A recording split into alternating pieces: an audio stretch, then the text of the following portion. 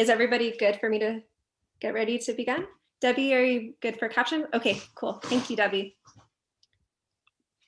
Bonjour tout le monde. Bienvenue. Thank you everyone for coming to the 36th event of Disrupting Disruptions, the feminist and accessible publishing, communications, and technologies practices speaker and workshop series. Today's event is co-sponsored by the Initiative for Indigenous Futures. Jason Lewis and Scott Winati will be speaking in a moment about the IIF. I'm Dr. Alex Ketchum, and I'm a professor of feminist and social justice studies at McGill and the organizer of this series. The Feminist and Accessible Publishing, Communications, and Technologies Practices Speaker and Workshop Series seeks to bring together scholars, creators, and people in industry working at the intersections of digital humanities, computer science, feminist studies, disability studies, communication studies, LGBTQ studies, history, and critical race theory. We are hosting 12 free, virtual, and professionally captioned events this winter, and you're welcome to join us at all of them. You can find our full schedule as well as video recordings of our past events at disruptingdisruptions.com. That's the redirect URL. The other one is way too long to remember.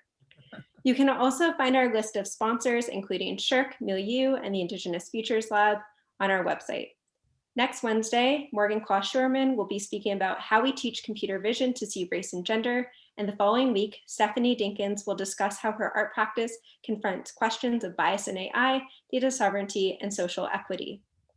For this event, recording is enabled, so the event can be embedded on our website. Don't worry, only the speakers will be shown in the video. We also have a Q&A option available below.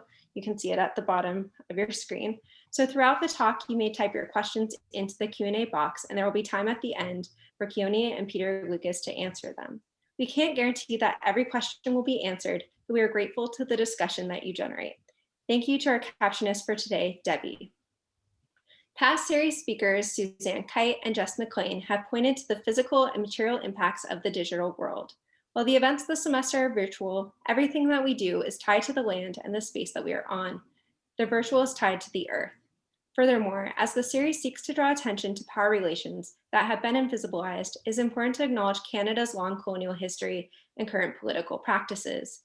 Two of the hosting universities for today's event are located in Tiohtià:ke, Montreal, on unceded Kanien'kehá:ka territory. Furthermore, the ongoing organizing efforts across this continent, such as the organizing by the Wet'suwet'en people at the Unistoten camp, make clear the ever-present and ongoing colonial violence in Canada.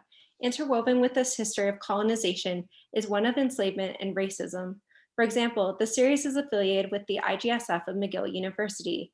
The university's namesake, James McGill, enslaved Black and Indigenous peoples. It was in part from the money he acquired through these violent acts that McGill University was founded.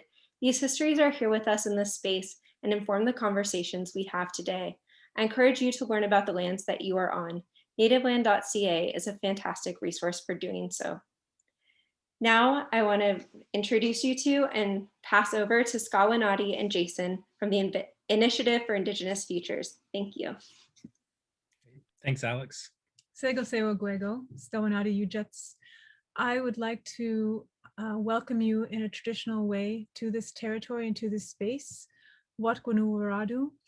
We, the Kanien'kehá:ka, we are a member of the Haudenosaunee Confederacy, and we have a welcoming protocol that we do before it's actually not exactly a welcoming for people from away, but it is a giving of thanks and a recognition and a bringing our minds together of one. And in it, we thank the entire cosmos. But I'm going to just do the very first part because it'll take too long. And so what I'd like to do is to say it in our language, Kanien'kehá:ka, and then I will say a slightly longer version in English. And at the end, if you like, all of you in the audience can say, it is a sort of a call and response. So at the end, we can say, now our minds are one. And I will let you know when that happens. So I will start. Agwego Oska, Andede Watwe Nuni, Ne Unkwani Gura, Dano Teotina Waradu, Ne Ungwe Sua. We bring our minds together as one, and we remind ourselves that we, the people, have been given the duty, the responsibility to live in harmony with each other and with all living beings. We think of all the people who are in this Zoom and all of those who would have liked to be here but could not make it. We think of all the people we've ever met and those that we have not yet met. We remember that we are all bound together in the same circle of life, everywhere on Mother Earth. And so we pile high our greetings and we send our love, remind ourselves to give thanks for the people. And now if you would like to say together, you don't have to. Now our minds are one. Now our minds are one. Beautiful. So thank you, mahalo. I'm Jason Lewis. As Alex said, I'm the director of the Initiative for Indigenous Futures. And I want to say thank you, Alex, for inviting us to co-host this evening with you. I'm very thankful to be here. So the Initiative for Indigenous Futures, or IF, is a partnership of universities and community organizations dedicated to developing multiple visions of Indigenous people tomorrow in order to better understand where we need to go today. IF is anchored by Aboriginal territories in cyberspace, a research network based at Concordia University that I co-direct with Skawanati. In 2019, IF organized the Indigenous Protocol and Artificial Intelligence workshops in Honolulu, Hawaii. These workshops looked at how Indigenous knowledge frameworks could and should inform the development of advanced computational systems such as artificial intelligence. One of the many, many joys of those workshops was meeting Peter Lucas and Keoni. They came into our conversations with such an enthusiasm for the hard work of figuring out how to bend digital technologies to meet the needs of our communities. As importantly, they came with years of experience thinking through the complicated and at times difficult challenges of Indigenous data sovereignty. And most importantly, they came with a desire to engage with, teach, and learn from the others in the workshop. I'm going to read their official bio. Peter Lucas Jones of Teo Pori, Nagai Takoto, Te Rarawa, and Naga Tikahu Descent is the general manager of Tehiku Media. Keoni Mahelona is currently building Te Reo Maori speech recognition tools, including text-to-speech, speech-to-text, and measuring pronunciation. Mahelona's main roles are project management and web development, primarily for koremaori.com and koremaori.io. They also built the Indigenous media platform, tehiku.nz, which serves as a digital marae for Tehiku Media and the 5 iwi of Muri Whenua. Their key contribution is the KITR Kitana license, which serves to guard Indigenous data and IP from misuse while aiming to create opportunities for the advancement of Indigenous peoples. So before I relinquish the mic, I just have to share some of the wisdom that they shared with us at the workshops. So this is from Peter Lucas. We store our data in our song and dance. We store our data in the way that we cook. We store our data in the way that we perform oratory. We store our data in the way that we welcome people and we store our data in the way that we farewell people. If we are to synthesize a voice, what does that open up in terms of opportunity for cultural and language intergenerational transmission in today's day and age? There are risks, but we can't run away from the opportunities, because as people that have been alienated from our culture, we now have an opportunity to sometimes revive things that we have lost as part of the colonization process. And this from Keoni. Western science is only just recognizing how Indigenous knowledge can help our planet, especially in the face of environmental destruction and climate change. I believe how Indigenous people look after their data and knowledge could also help form a framework for artificial intelligence that works in the best interests of everything contained within our solar system.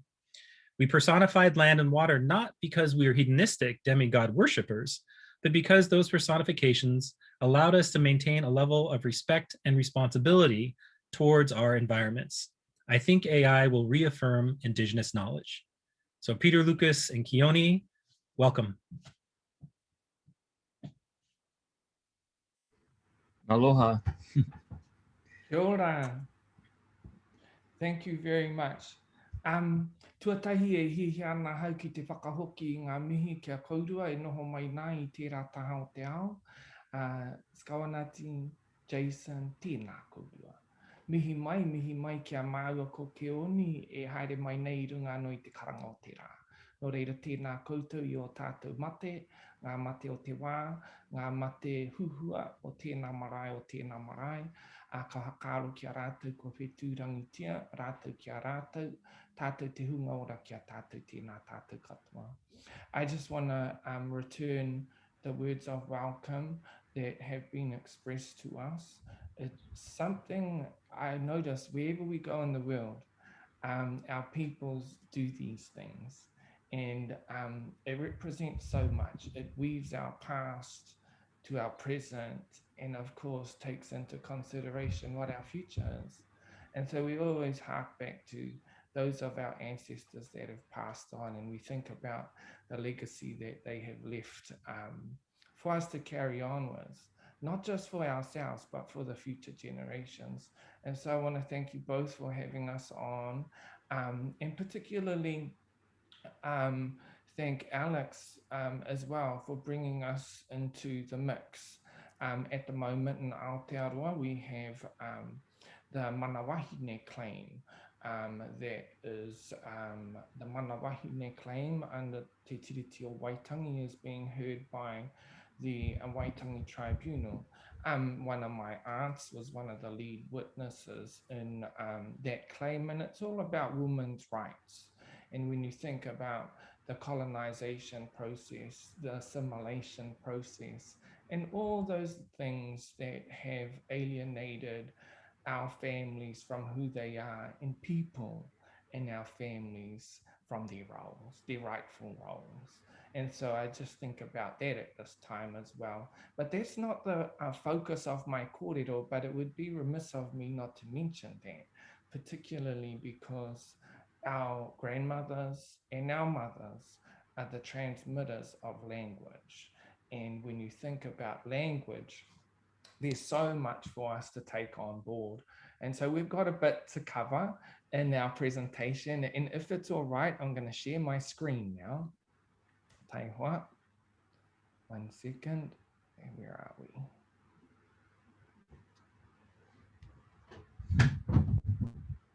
Now, where are we? Oh, 1 minute. I've got to be able to see things. I've got so much on here right now. I'll just press present. Okay, kia ora tātou. We're talking about Indigenous ASR,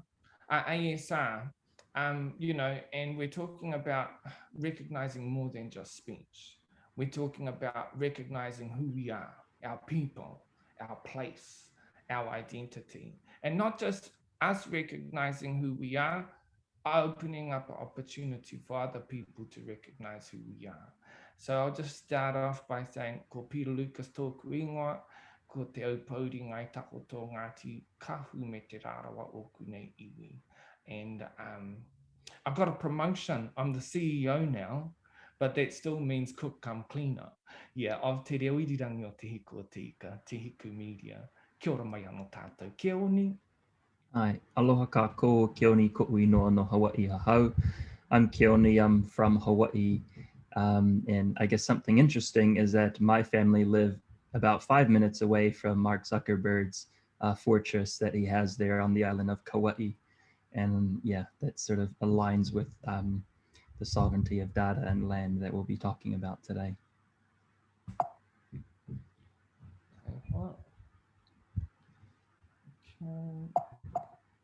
What the hell's going on? There we go. There we go. Okay.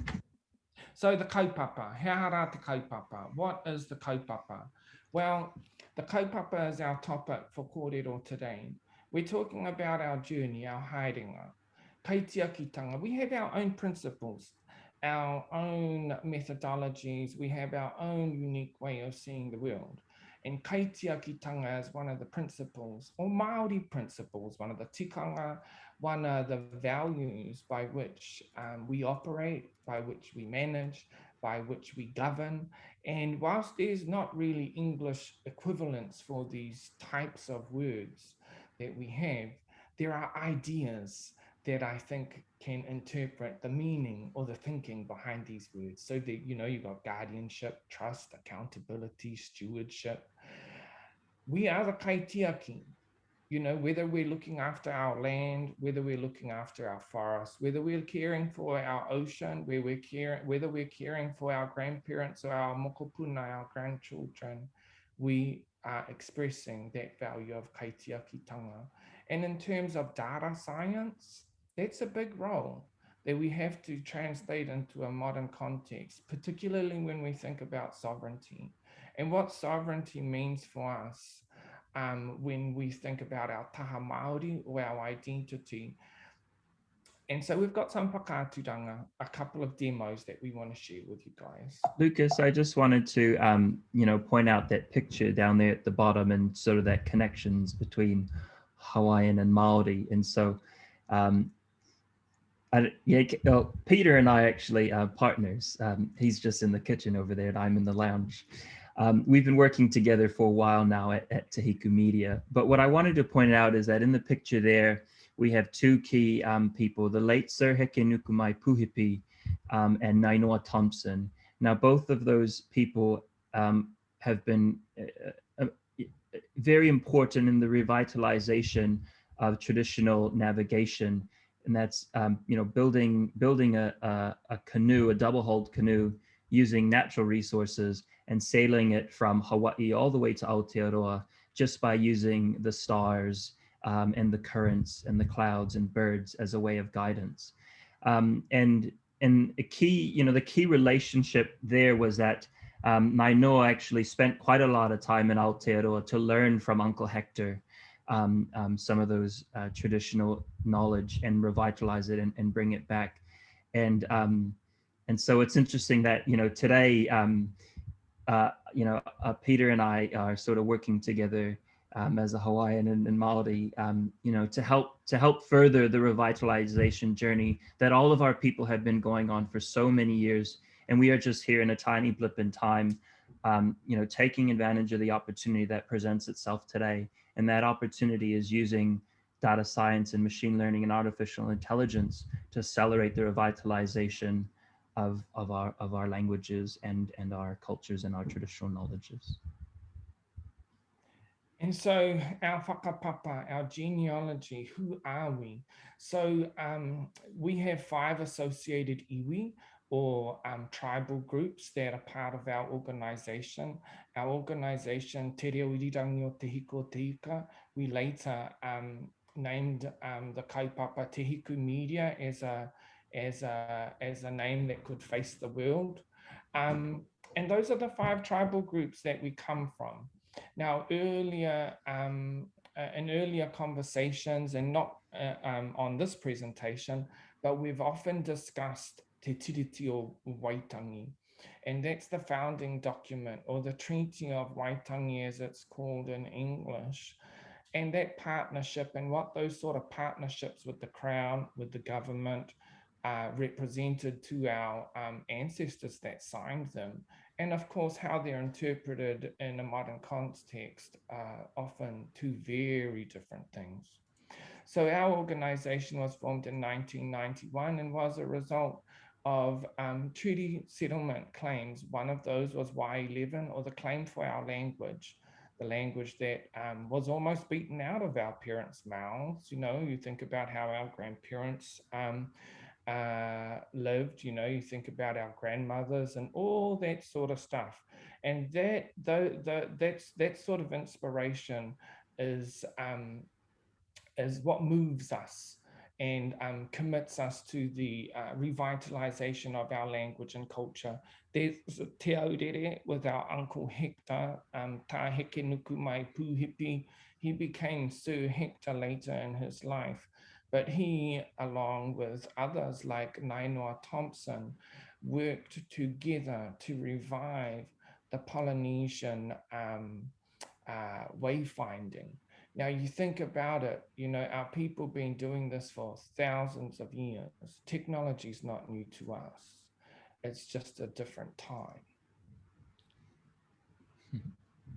And we think about language loss, language decline as a result of systemic racism. And you think about, for example, the Native Schools Act of 1864, and the pathway that provided for language loss, language decline, and cultural decline to really become embedded in the communities that we come from.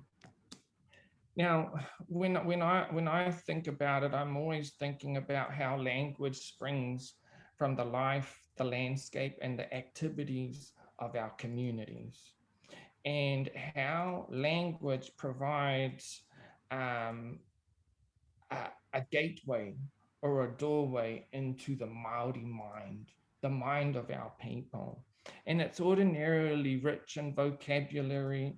It's imbued with cultural memory, ideological thought, and all the philosophical things that form our worldview. When we lose a word in our language, we lose part of our culture. And so that's why it's so important for us to look at how we can not only revive and maintain and sustain, but breathe life. And the sort of life I'm talking about is language back into the mouths of our people. So the vision of our organization is He Reo Tuku Iho He Reo Ora.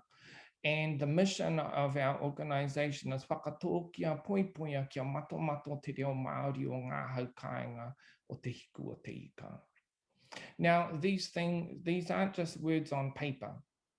In 2012, in May, we held a huia iwi for our kaupapa. Sometimes when you call a tribal meeting, not many people come. But if you tell people that they're not allowed to come, they come in droves. So what we did is we took an approach in 2012 with some of the older members of our community who were in their 90s at the time, Dr. Miri Miri Penfold, and I sat down with Auntie Miri Miri and I said, what are we going to do? We really need people to get on board. She goes, hold it at the marae and tell them they're not allowed to come. They're not invited. It's only for the native speakers. All of a sudden, we had more people that we could count. And people wanted to express how they felt. Not only about being told that they weren't allowed to come to the meeting, we got over that hump. And it was an opportunity for us to have a bit of robust debate. And out of that debate, we created this vision statement and this mission statement. There's lots more to talk about cultural intelligence around how you motivate your own people or how you can motivate your family. But this was one example of one of our kuia who had talked to us. That's Auntie Girlie up there in the corner, and she's one of the announcers on Radio Te Hiku. Over the last 30 years, we've been talking to our grandmothers, our grandfathers, our aunts and our uncles about everything in our language, whether it's the river, whether it's our tribal history, whether it's the mountain, whether it's a rock, whether it's the grains of sand on the beach, whether it's about Māori medicine, whether it's about the trees that grow in this area or the birds that fly in that direction. Everything we talked about, and that's data right here. And so you think, wow, for a long time, we just recorded people. We recorded, and re-recorded.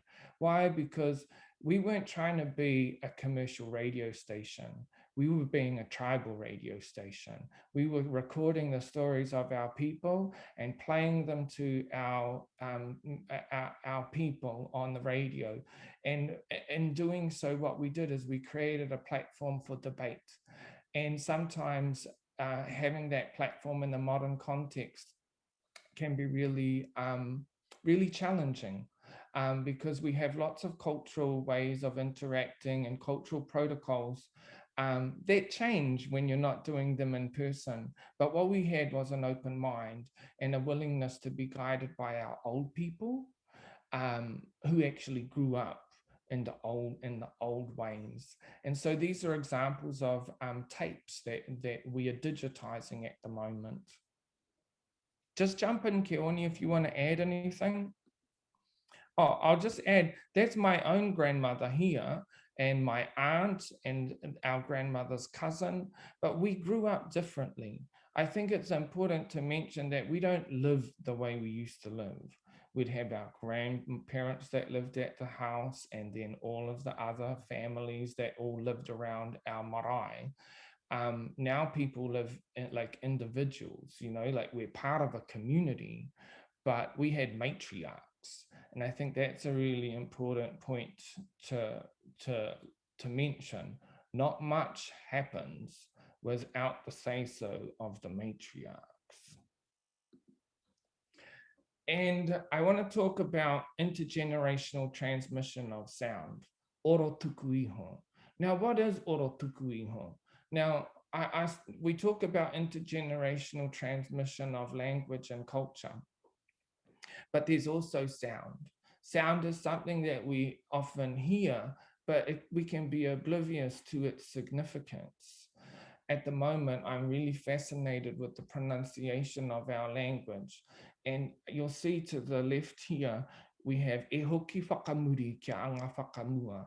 Now that is a proverb that's very well known in the far north here. And sometimes it means, there's many ways of interpreting it, but sometimes you have to look to the past to look to the future.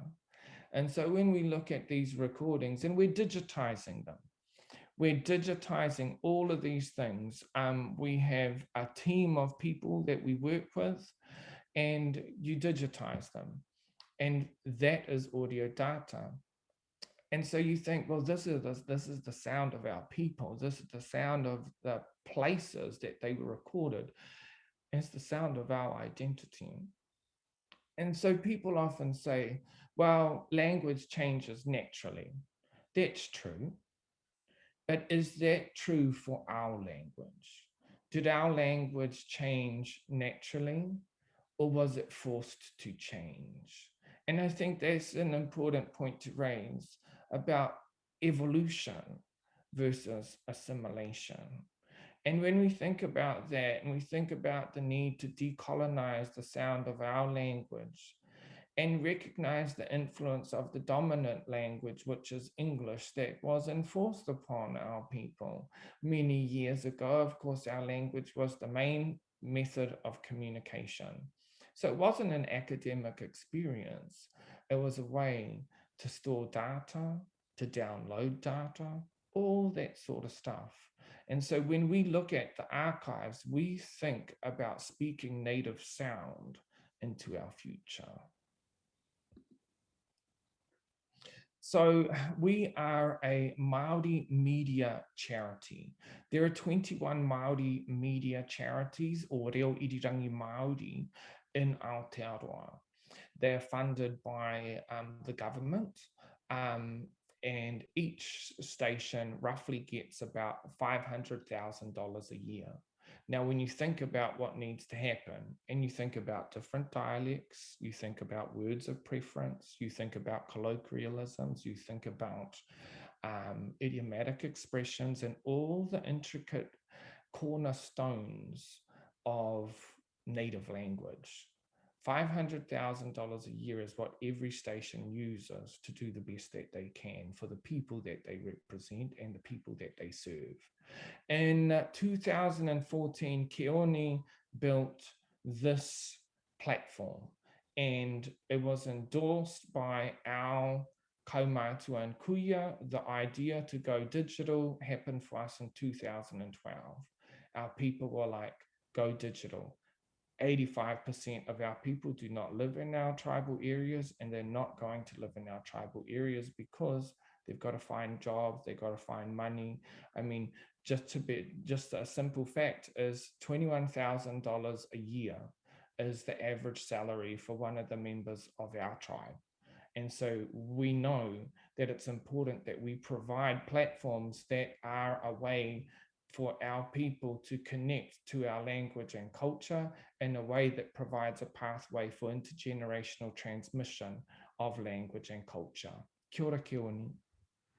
Yeah, one key consideration here when we built this platform was, where do we store our content? And so what Tehiku used to do, and what actually a lot of other Indigenous radio stations or in Aotearoa do, is we, like Pete said, we only get about $500,000 a year. It sounds like a lot, but actually it's not very much. And so often we're looking towards free services, right? Like Facebook and YouTube and SoundCloud, where you can put your content there for free and anyone can access it. But really it's not free, right? What you're doing is you're trading over some of your rights to that data for the service that they provide you. So that was against our values of, I mean, as Indigenous people, but also as an organization. So it made sense for us to actually bite the bullet and do the hard problem, which is to build our own platform from the ground up. So we didn't have to rely on YouTube, but can still get, can still have something that's about as powerful as YouTube. But yeah, it took a lot of work, but those were the key things for us was really the data sovereignty around the content, which is what led us sort of down this path of building a lot of the tools that we use today. And we had stored data on in every sort of format you can think of. I mean, we didn't have money for big servers and all that sort of stuff, but what we did have were cassette tapes. We'd use VHS tapes to store data. We had reel-to-reel things.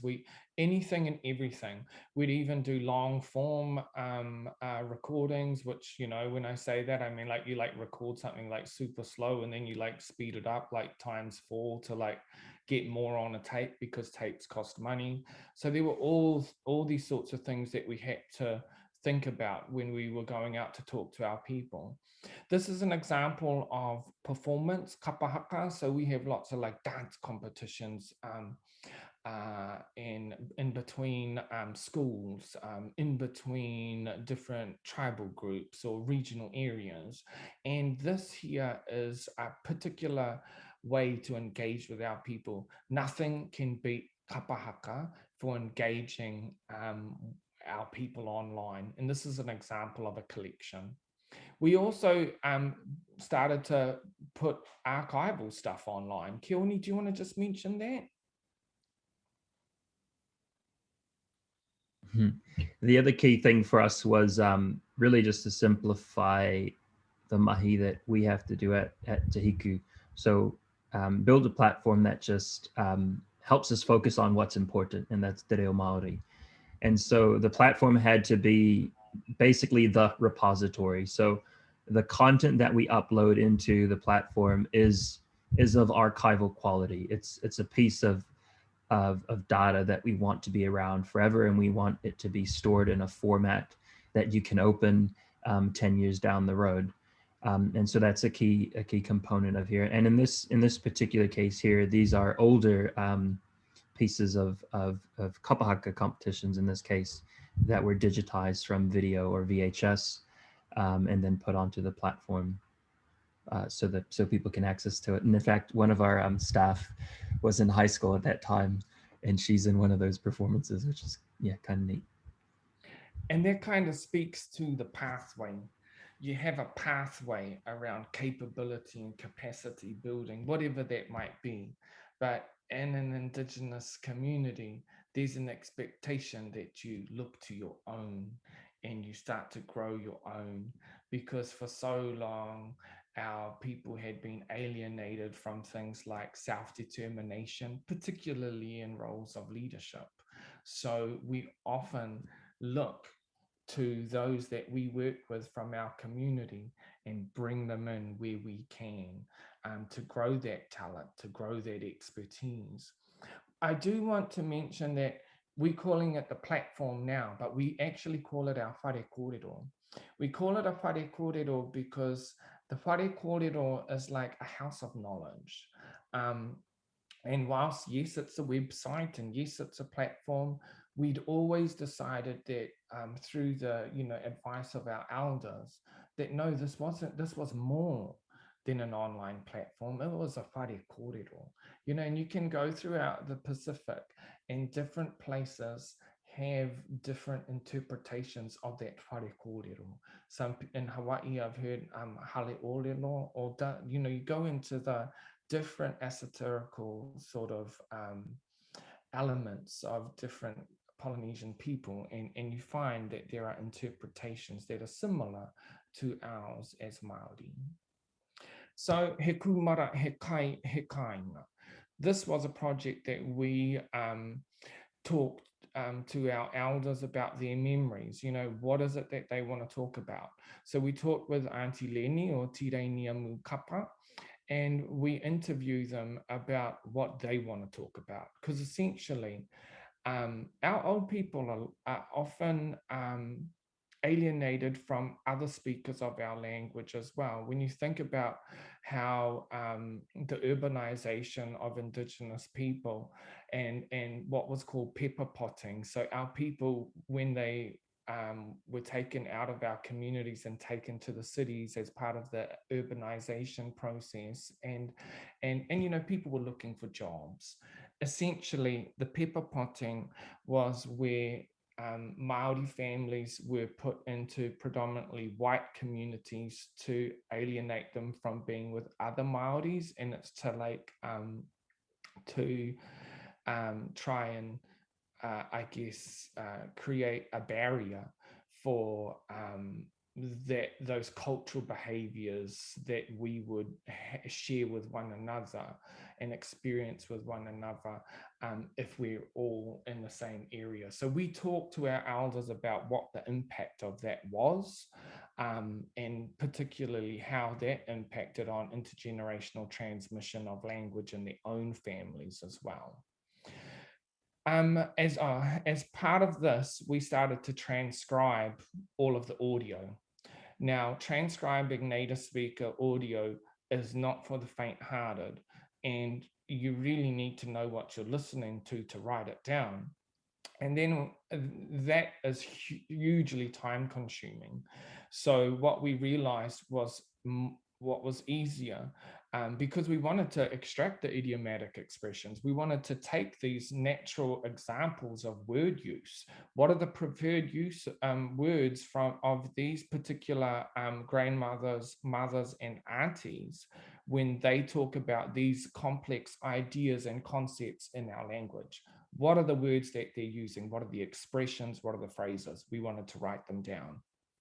But that was a huge project, and there was more data that needed to be transcribed than there were people that could transcribe it. So what we did was what we did was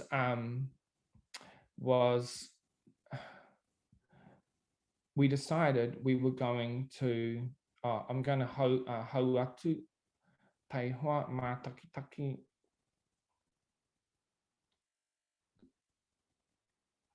No te iwi o te aupauri, no te kāinga o te kāo, te kai kōrero e whai ake nei. Ko te reinia mu kapa tōna ingoa, I tupu ake ia, I te reo o te kāinga. No hea tērā ingoa, te kāo. Ngā, tēnā mo koe ruku ai, mo tēnā pātai. Te pātai o tēni ingo te kāo. Ai, te kupu, kāo, he ingoa kumara. Ai, ingoa tono tōna, he taputini ni. So you can see over here on the right-hand side, we're giving explanations about different words. What is a taputini? It's a type of sweet potato. What did she say? What is that expression? All this sort of stuff. There are other places where that same word is used. Mahinga. Okay, so tell me what a mahinga is. What is a mahinga? Go to hiako. You know, for example, you can click directly into these areas. Heoia no rā. Hiako. Hiako, kupuake, it's a word of preference. It means the skin of something. So what we did, and we go, okay, well, how many other people in our transcriptions used that same word in a natural way? So it became a complex matrix for us to look at. And then Keoni, do you want to add in? No, I think you've covered it, right? What we've done here is we had humans transcribe these recordings and label all the colloquialisms and other nuances of the language unique to this particular tribe, and presented those in a way that made that native language more accessible to already fluent speakers of the language. Because a lot of today, a lot of people who are learning Te Reo Māori are learning it at university or at kura. And so it's more of a general sort of a language that they're learning, and they're not really learning the nuances of the regional dialects. And so what that collection there demonstrated is a way in which we can enhance the access to the native language that has been lost through colonization. And fortunately, there are native speakers around today for some of these iwi. And so, and in other cases, other iwi have recorded their native speakers, 50 years ago, and would have access to that sort of a language. So the key thing for us was, how do we now use these digital technologies to enhance access to archival material and to native speaker kōrero? And that's where Kōrero Māori came about. And that's, we had, it was, haere tonu. And so that's why we decided to teach computers how to speak Māori, because if we can tag and label the data as speakers of the language and proficient speakers of the language, we can start to do things a heck of a lot differently. And so why? Well, yeah, should I you have a kōrero. You have a kōrero. Right. So right. So it took a really long time for us to transcribe native speaker kōrero. And obviously the next thing on our minds was, can we use speech recognition to do this? So this was around 2016. Speech recognition was around. I think Siri was around, working pretty good, but it was only available in your mainstream dominant languages, so English, Chinese, etc. And there were no Maori speech recognition tools out there. And so obviously the next thing we decided to do was to build our own automatic speech recognition, because we saw how important that technology would be in terms of continuing our mission to revitalize and promote Te Reo Māori. So those are a bit of the why. Key thing for us, why we enjoy building our own platforms, is really about creating more opportunities to get more Indigenous people in tech. Rather than our people having to go and work at like a place like Google, right, where they've got some serious issues around ethics and racism, etc. Like, why can't we have really amazing Indigenous high-tech projects going on, so more people of color and Indigenous people can actually work at places that they would be proud of working at? So that's a key thing for us in terms of why we decided to take on the challenge of building our own speech recognition. And like I said, the technology exists, and there were open source tools available to do speech recognition. The key component with a lot of these ML tools is really the data, and having large amounts of data, which Facebook and Google and Apple are good, and Amazon are good at collecting. But it turned out that our humble little nonprofit, we've been around for 30 years now, and actually we were pretty good at mobilizing our passionate community to support this journey. And we needed to do that because we'd already in 2012 had direction from our kaumātua and kuia, or our elders, in such a way that they were talking about our people, our place, and our identity, and not just now, but in the future. And our task was to go out and create space for our people to develop opportunities. And so on one level, whilst our kuia and kaumātua, they were not digital experts, but what they had lived life, and they had survived things that a lot of people don't survive, and come out the other end with a heck of a lot of experience. In a way, they were giving us the green light, but also showing us how to lead, guiding us in our role that they had given us. And so started this kaupapa. Right. So now the new challenge was how do we gather the data that we needed and in order to teach a machine how to understand Te Reo Māori. And so what you have here is this website, kōreromaori.com. And it's a platform that we initially built to help us collect and organize the data. And it's a simple tool where you go on and you're presented a sentence in Te Reo Māori, and you just have to read the sentence, play it back to make sure you read it properly, and then save it to kōreromaori.com. Another feature with it, you'll see there's whakarongo. So we also have the ability for people to go in and listen to other people's recordings to see if they're good, and basically give a thumbs up or a thumbs down if it was, if they read something properly or if they needed to reread it. Now, this was very similar to something you may be familiar with, which is Mozilla's Common Voice project. The thing is, we sort of started this around the same time as Mozilla, and we sort of thought, would it make sense to, I guess, maybe use their repository? It was open source in terms of the platform they've used to collect voice data, but I think because of the nuances of our language, it made sense again to actually build our own platform to sort of gather this data. And actually that's quite empowering, because now the same platform is what we use to do the data science, because you can access the data through APIs and things like that, and it's obviously secure. I know since Mozilla's big shakeup, they sort of laid off a bunch of people a few months ago because of COVID.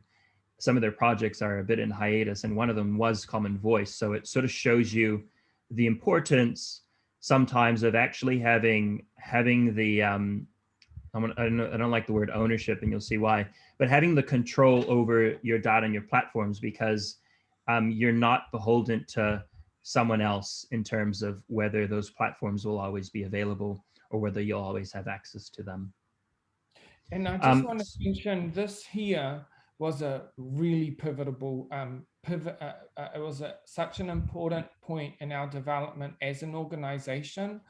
We now have 2 wahine that came on board at first as volunteers at this point. They were 2 wahine that are also members of our iwi or members of our tribe. Suzanne Duncan, who's now our COO, and Gianna Leone, Dr. Gianna Leone, one of our iwi members or members of our tribe, who got behind us and supported this project. Kōrero Māori just means talk Māori or speak Māori, or, and so essentially what Keoni did was develop this app in such a way as people read, for example, ka whiriwhiria he komiti mo taua mahi, engari tainoa ki naia nei, ka hore anō kia tutuki ngā mahi, and you got to read that to the device. And we had a competition.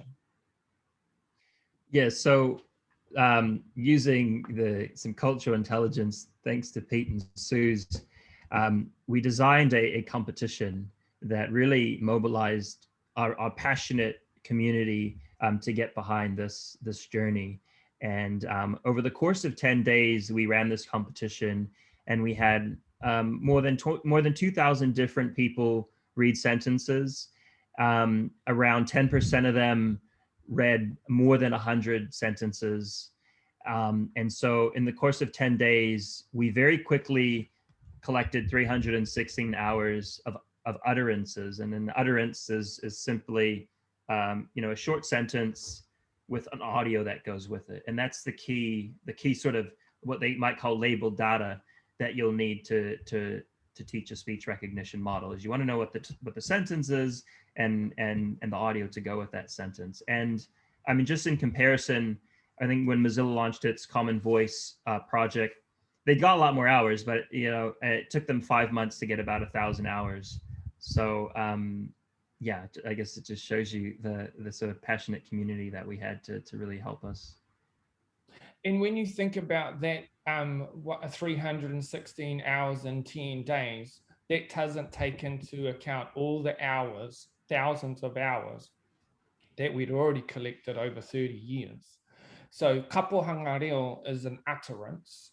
And with what we're doing, which is, natural language processing, we needed many utterances. So all of a sudden we had utterances from our native speakers, utterances from our latent speakers, utterances from our second language learners, and utterances from our beginners.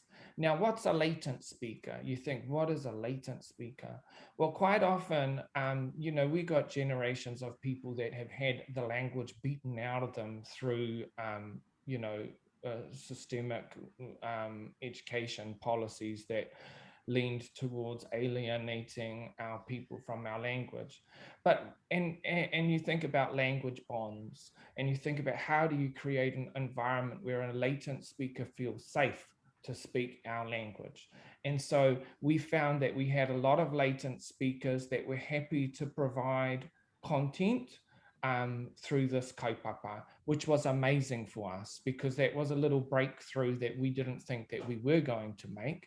But I think that speaks to environment, which isn't really what this presentation's about, but it's important to make mention of the right environments that are required to support our latent speakers back into being active speakers. So now that we've collected, so now that we've collected quite a large amount of data, it's having this data is you can do a lot with it, right? From that 316 hours or so, we were able to bootstrap a speech recognition model for Te Reo Māori. That basically means that we can now machine read a culture. We can machine read the knowledge embedded in the language and the data and the IP and traditional knowledge that might be embedded in the language. So we have to sort of ask ourselves, like, what sort of responsibilities now come with having that data, and who actually owns it now that we collect it. But ownership is really the wrong question, because in an Indigenous sense, we don't really own things. We're actually more of guardians or kaitiaki of things. And so if you think about traditionally with land, in many cases with Indigenous peoples, we never owned land. We only had the right to look after it and the responsibility to look after it, because we knew that if we look after the land, it would look after us. And this is when colonization happened, and the Westerners came and started occupying our land. It didn't make sense to us when they sort of started talking about private ownership of land and intellectual property. That was a concept that didn't just really make sense to us. And it was actually a tool used by the colonizers to take our land and even to prevent us from voting, right? Because they said, oh, you have to own land in order to have the right to vote. Well, we don't own land, so I guess we can't vote, right? So these are interesting tools that the colonizer used to disenfranchise us. But the other thing is, like I said, Te Hiku Media has been around for a long time, and the work that we've done has really built trust in the community. So the community trust that we will do the right thing with this corpus that we have. And that is a huge responsibility that we now, and accountability that we have to them and to the data. I think it's important to note, though, this is what we're doing as community-led. We live in the communities that where the data comes from. We have many other roles. I'm the deputy chairman for my iwi, or the deputy chairman for my tribe. I'm also the deputy chairman for our marae at Mahimaru and Ngai Takoto. So we come from all these different walks of life, and we're active community members. And I think that's what sets this project aside. It's not academic led, it's community led, which is sort of happened because of the community trust and the fact that our organization had been doing this for a long time. So how do you like this data? Just use your arrows there, Pete. I can see that little thing keeps bothering you. I Yeah, so do we actually want to license the data or tech is something we need to consider, because you know, when you think about just Maori in general, there are, you know, one of the goals here was to create opportunities for Maori. So as an organization, Tiku Media, who now have access to this data and these speech recognition models, there are other Maori who are reaching out to us who want to build from that, who want to build learning apps using these tools. And so we need to think of ways in which to enable those opportunities, you know, to sort of to grow the ecosystem, really, to grow the Maori language ecosystem in a way that maintains our values around data and maintains our sovereignty. It's a catch-22 as well, because if you think about wanting to make your language ubiquitous, it means that this phone here needs to also presumably speak Indigenous languages. But who owns the main platforms that are on our mobile phones? It's Apple and Google. And so if we want our Android devices to speak our Indigenous languages, we actually have to seed over a large amounts of data to these corporates in order for our languages to be available on their platforms. Now, one of the caveats with a platform like Google is if the Android phone can speak your Indigenous language, it also means that your Indigenous language is now available as a service through Google's cloud APIs, because this is just how Google works. And what it means is that anyone in the world can pay Google money to have access to an Indigenous language as a service. And I want us to just sort of pause and think about it, right? We've had all our land taken away, and a lot of other things, genocide committed against Indigenous people. Now we're nearly at a situation where big corporates can acquire our Indigenous data and then use it to sell services and make a profit. So it's no different to what happened before, whereas before it was the big land grab, right? It was take all the land, cut down the trees and sell those, and, you know, rape and pillage and all that stuff. And today it's pretty much the same thing, only the context is data and it's digital.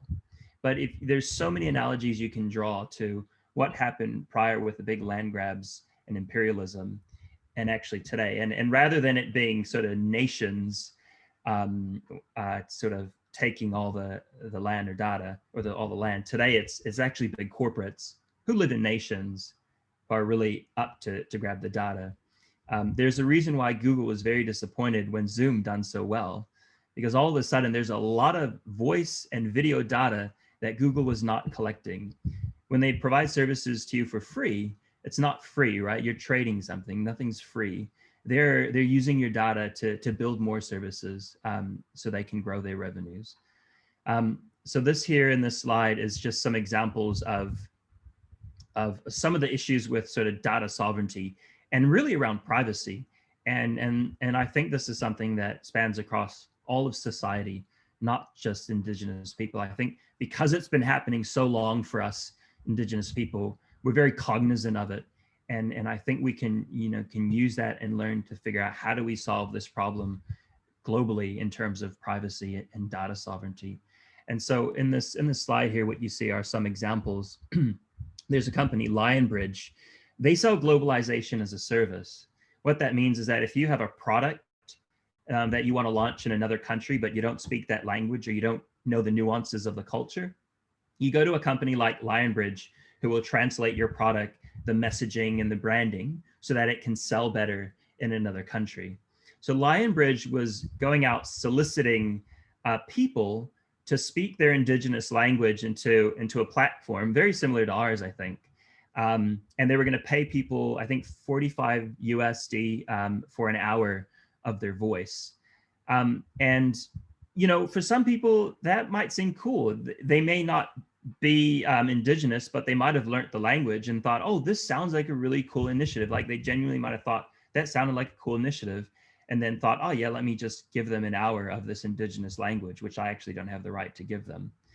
Or in other cases, our people are still marginalized, and $45 could be a lot of money for someone who does speak their native language. And they might say, yeah, shoots, why not? You know, I could use the 45 bucks. I mean, surely it'll do no harm.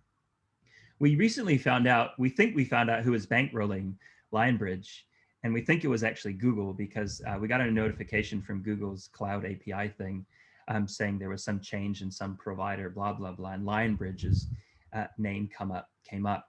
But this is a case here where Lionbridge will pay you $45, pay a bunch of people $45 to give Lionbridge just enough data so that now all of a sudden they can capitalize on that and extract sort of wealth out of that, and now sell services using that data back to the people from which the data was derived.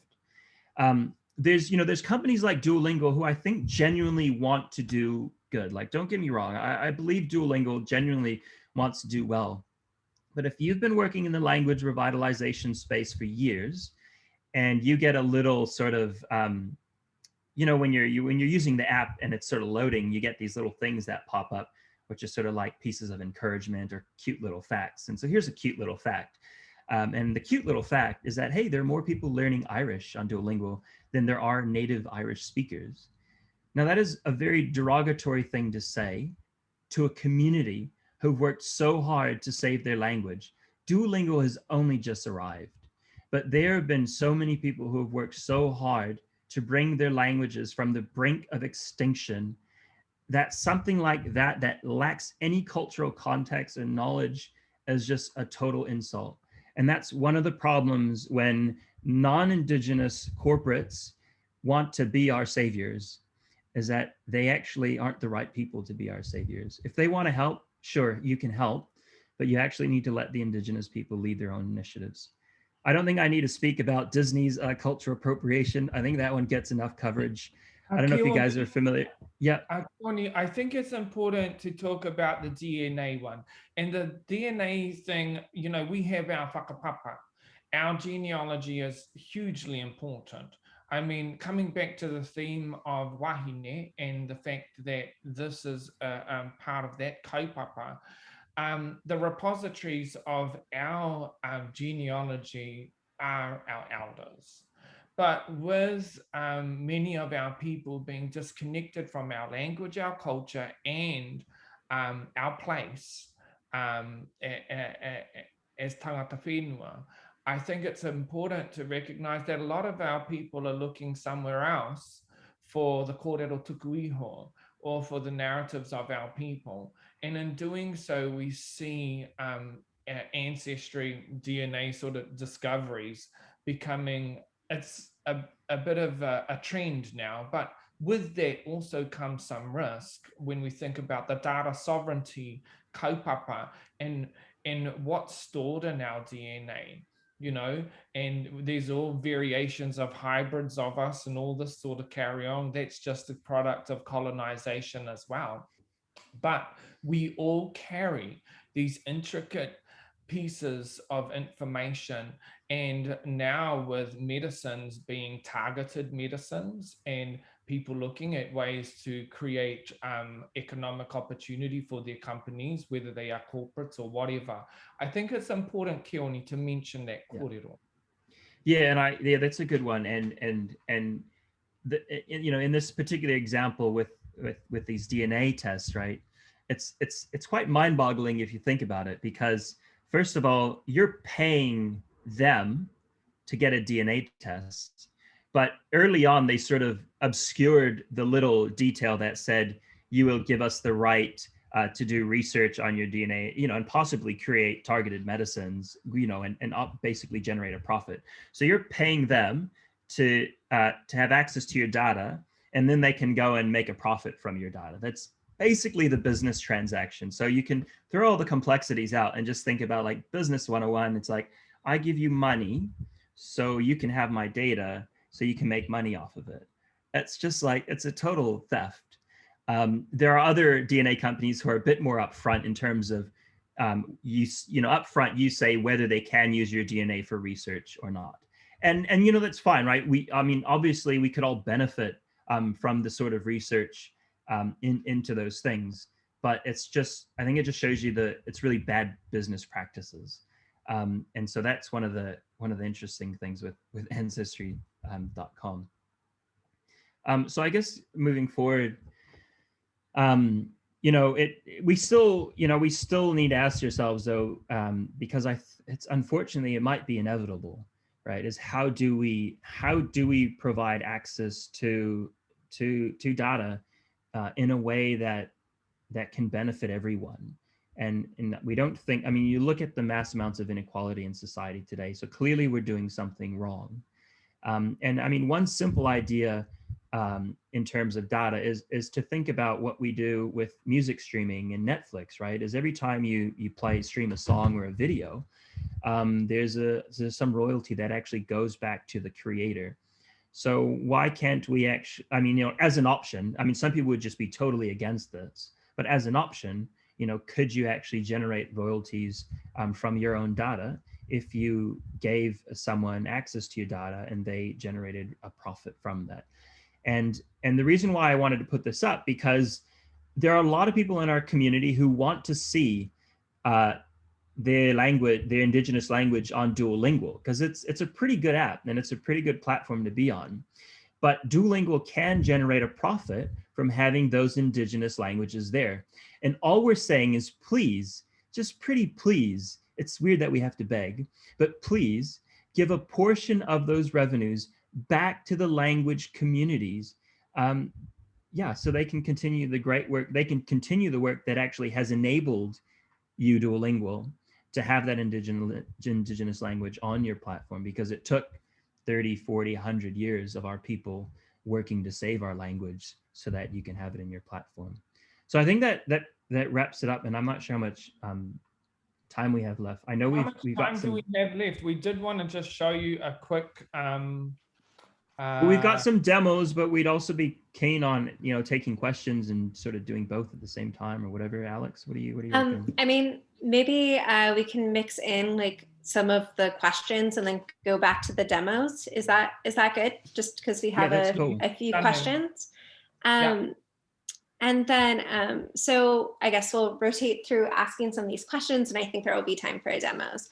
And for people that are attending, please use the Q&A box to ask questions. We'll just say first names. Okay, so Brian asks, do you have a relationship with, and excuse my pronunciation here, Niga Taonga? And maybe also to add on to this question, can you speak a little bit about if you have relationships with the other radio stations that you had mentioned in collecting this data? Yes, we do. So I'm also the chairman of Te Whakaruruhau o Ngā Reo Irirangi Māori, which is the network of the 21 stations, the 21 iwi radio stations. And we have a relationship with Ngā Taonga Sound and Vision. Ngā Taonga Sound and Vision is a charitable entity that stores data. However, it's a charitable entity that is not one of our entities. And whilst we recognize that they're doing amazing work, we're mindful that there also are stored all the sound and vision archives of the government, of private collections, and all that sort of stuff. And the funny thing about digitization, and whilst we know that formats are fast becoming redundant, is there's always a list of priority for what gets digitized first. And as stunning as the relationship might be, we often know that we're not going to rise to the top of that priority list. And so we're in our own way coming up with solutions that people like Ngā Taonga support us in development of. But we do need to look at how we provide pathways for digitization in our own communities, because that's a way to develop capability and capacity regionally, rather than sending the material away and having somebody else do it. The 21 iwi radio stations employ about 250 people across Aotearoa working in this space. Thank you so much. And maybe Sophie, before you read the next question, can I just ask a follow-up, which is, because you mentioned kind of this threat of digital obsolescence and file formats becoming obsolescent. And can you speak a little bit about how your community and how you as an organization also have been dealing with that threat of digital obsolescence? I mean, like you showed us all of the tapes and, you know, all of the reels and stuff.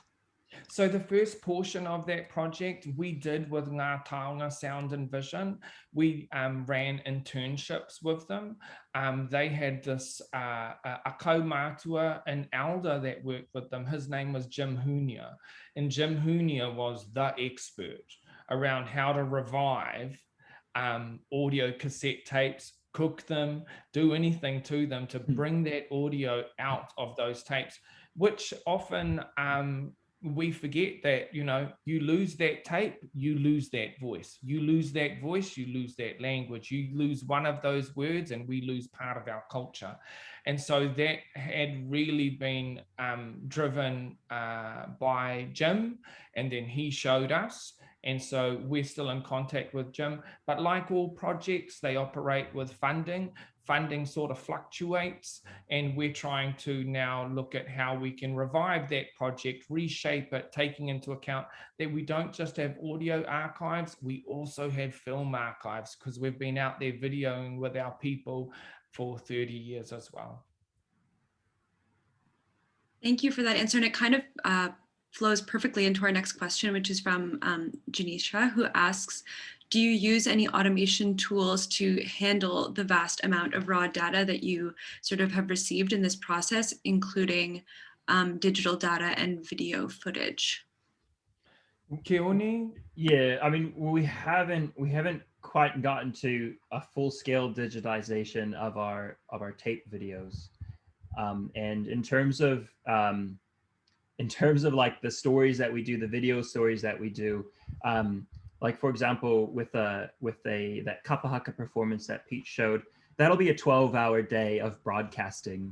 And we have to make sure there's always some kōrero, someone talking, because we're simulcasting online and on radio and sometimes to a television station. So we have quite a well-trained workflow now after doing this for so many years. We don't keep everything that we broadcast for those 12 hours. We actually have editors go in and pick out, for example, every performance that happens by the different schools. And so we will record that in what we call like, I guess archival quality. It's not like super good quality, but it's sufficient for us and for the content. And we'll upload that as soon as we can to our whare kōrero. And then that'll sort of get transcribed into what it needs to be so that people can watch it on demand. So yeah, so I think a lot of the stuff we are archiving, they're actually produced content. And rather than just like the raw videos, because you'll go out and you'll do a shoot, right? And you'll have like hundreds of gigs of stuff, right? But once you edit it down, you've got like a nice sort of 20 gig video. And that's the sort of stuff that we keep forever. Fantastic, thank you. Jason, do you want to ask a question or read one of the audience questions? I'll ask a question if I may. So one of the things you talked about is feeling like you now have enough of the language data that you are capturing the cultural information that's encoded in it. And I just wondered if you wanted to talk a bit more about that, because that seems to be one of the challenges, right, with the standard model, with the way that the language models are trained, right, is sort of capturing the stuff that's going on in the language that's not sort of directly literally in the language, but is actually being carried along with it. Yeah. Oh, I muted Pete. I think that's that sticky outy sort of stuff that, like, as a speaker of the language, you're inherently aware of.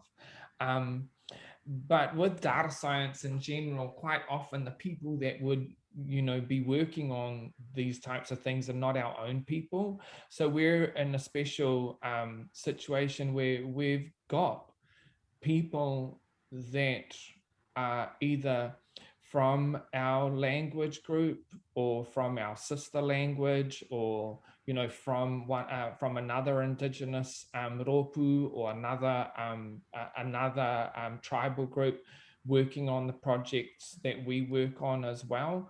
And so, like, a common problem that we sort of identified is that the scientists working on Māori data, they are not accountable, or they don't feel accountable for the results of their use of data. Right. Not like us, because we got to go to church on Sunday. We got to go to the supermarket. We got to walk down the street in our community. So it's very different. We don't have those lines of separations. We can't hide behind our computer, you know what I mean? Because we live in these communities. But Keoni, would you just add a little bit about that? Because when I think about your question, Jason, there's a few that, like, there's the contextual stuff, which is what we're doing a lot of tag parts of speech work at the moment as well. And you think, wow, I can tag everything. And then we realize, wow, we just got to like work through what it is we want to tag, what it is that we want to label, what sort of metadata do we want to catch, not just on the language, but also on the speaker. Because the speaker's life experience adds more context to the data that they're transmitting. Yeah, I guess I would get more into, and that's actually something we want to get into. Like when you think about that Te Reo Te Kāinga with Auntie Lenny speaking, doing a simple dictionary lookup on a word isn't going to work, right? Because the meaning is different based on the context. And so that's where you can use, some of these methods around natural language understanding, trying to understand intent and emotion.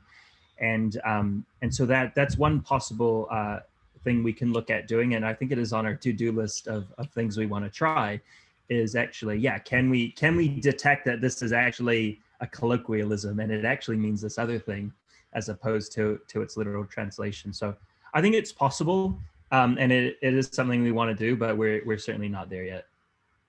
Okay, great, thanks. So Maya asks, how can non-community members support this data sovereignty movement and learn more about it?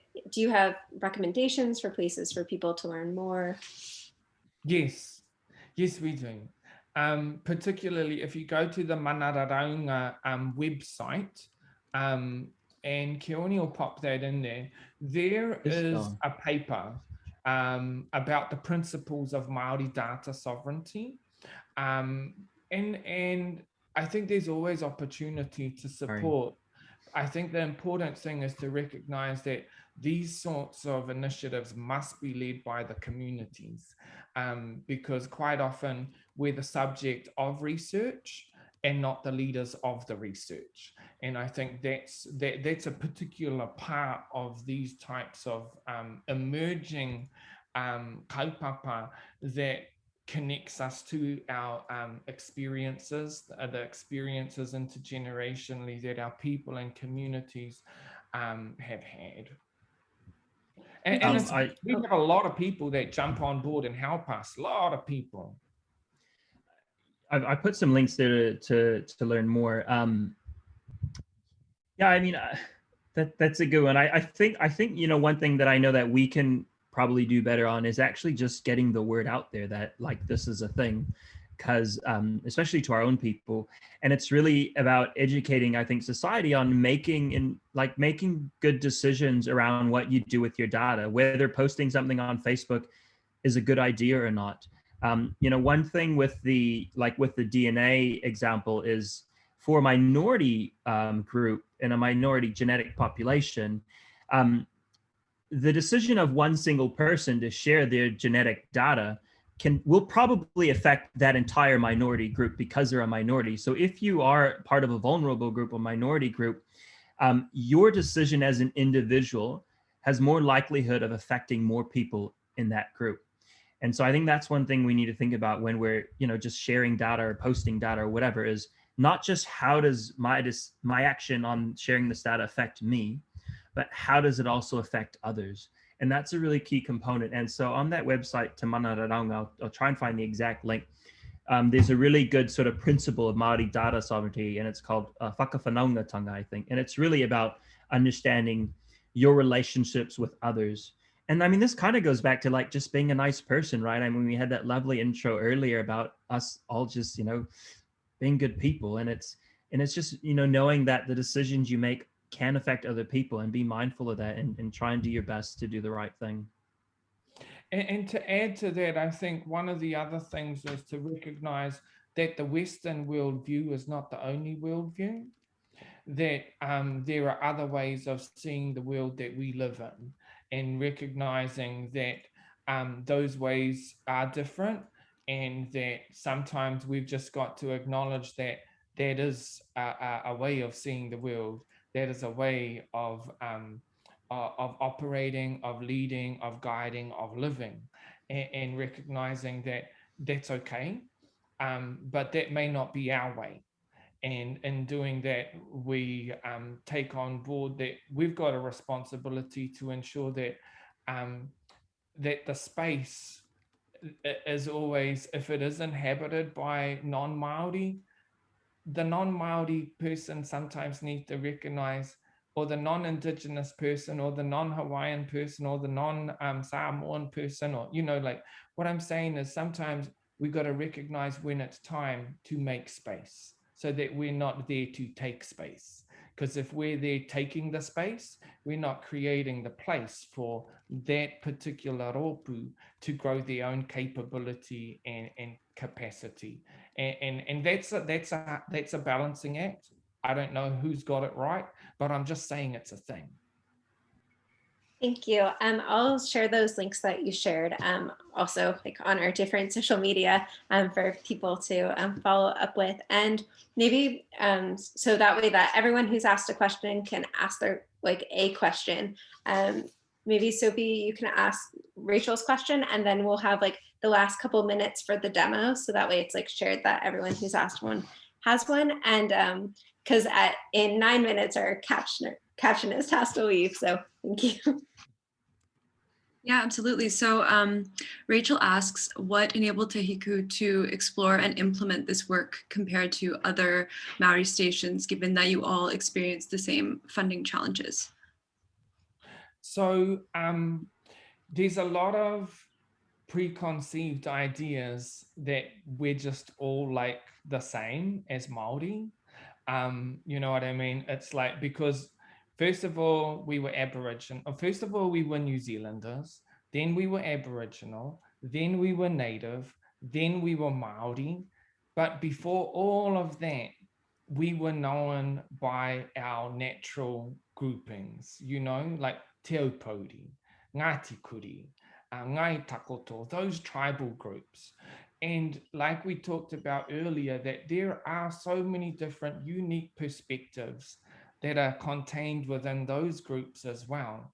So what we see as challenges are different to what the other groups see as challenges. We were blessed to grow up with language still in our community.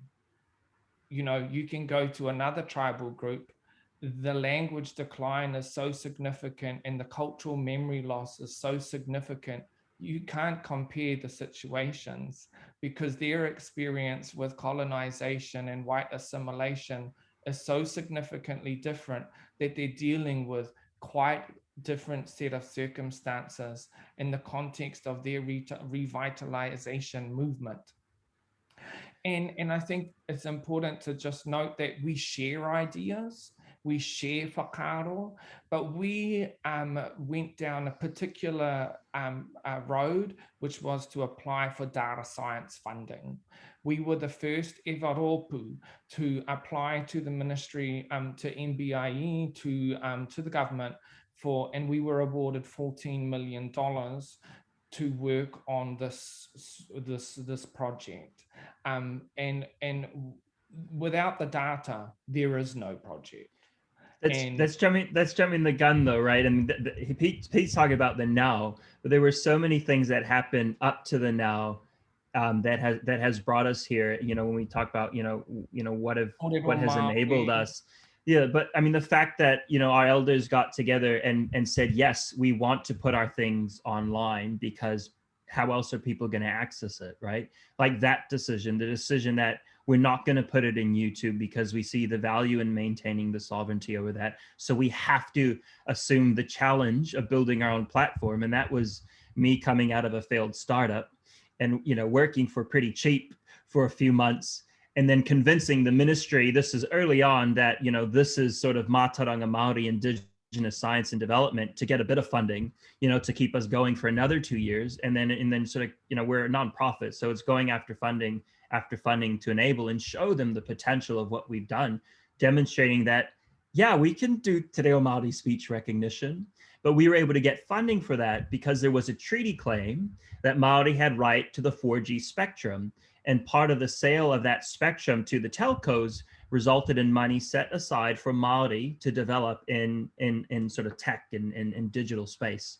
So there's so many things that just like have fallen in time throughout the years. And again, I do want to go back, and as Jason has alluded to, like our people have been fighting this fight forever. This data sovereignty thing has been around forever. And it's all the work of all the people who come before us is what enables us to do what we're doing today. But I just want to quickly say that, whilst we all experience funding challenges as iwi radio, those challenges are different. We have some tribal groups that are asset rich. And then we have some tribal groups that linguistically have experienced so much language loss that it's unfathomable. And so like the challenges are different.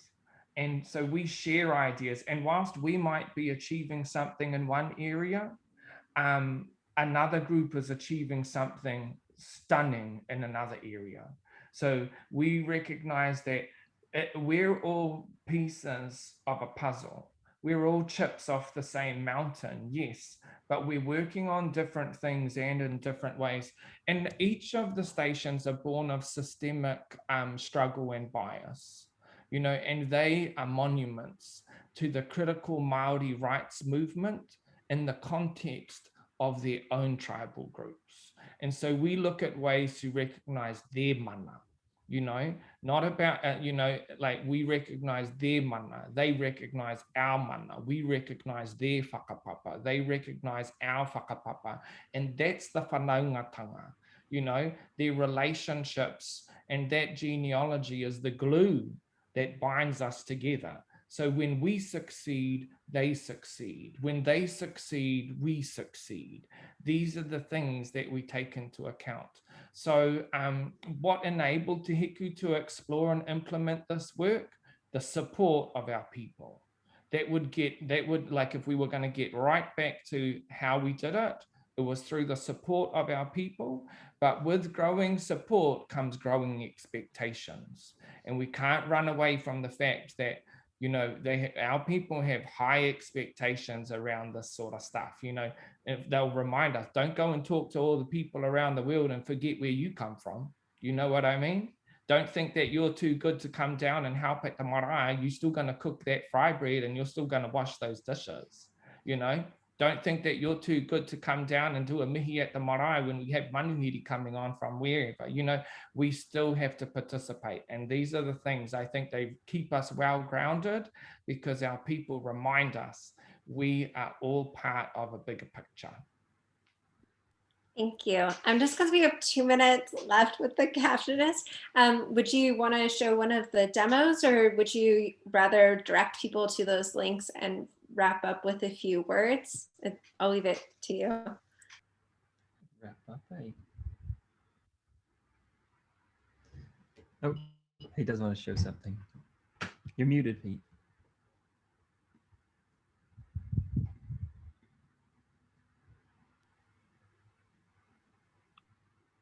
Peter, we can't hear you. Sorry. Okay, so here we go. This is our pronunciation. This is pronunciation data, right? So what are we doing? We're listening. Ka tīmata te tangi a te wahine nei, ka mutu te tangi, ka horoi, ka wani ia ia.